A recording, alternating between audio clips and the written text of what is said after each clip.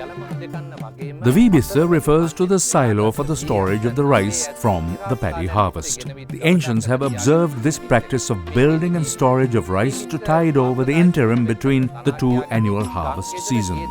This Vee Bissa or rice silo is located just outside and by the side of the village home of the farmer. There are several forms of constructions of this silo. One type is made of straw. Another type is constructed of hoops of wood erected upward and then lined with straw. Another domestic silo or store is also to be found within the house.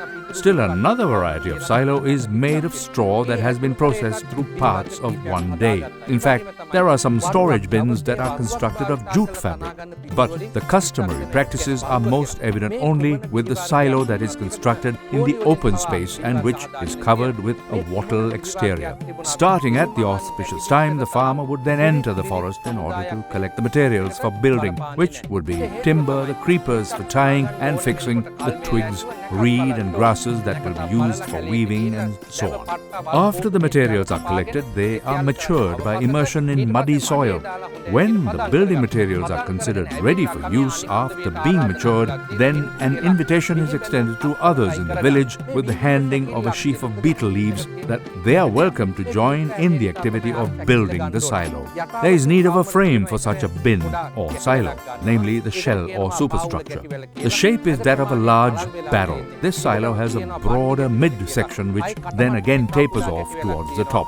First, the foundation set of rings of wood is in place and tied with hemp. Similar anchor strips are found at the middle section where it is at its broadest and again at the top. With these three sturdy reinforced strips in place, then the interim spaces are tied with twig and strips of wood or bits of branches. The spaces are then filled with weaving material that has been procured from the forest. Once the basket type of weaving of the structure is complete, there is need for lining with clay both within and outside. Inside, they first would apply dried cow dung mixed with clay, and the exterior will be covered in red clay, usually obtained from a termite nest. After the silo is thus completed, then it is brought to the location near the home and placed at a slight height on a platform. An important element thereafter is the erecting of the roof over the bin.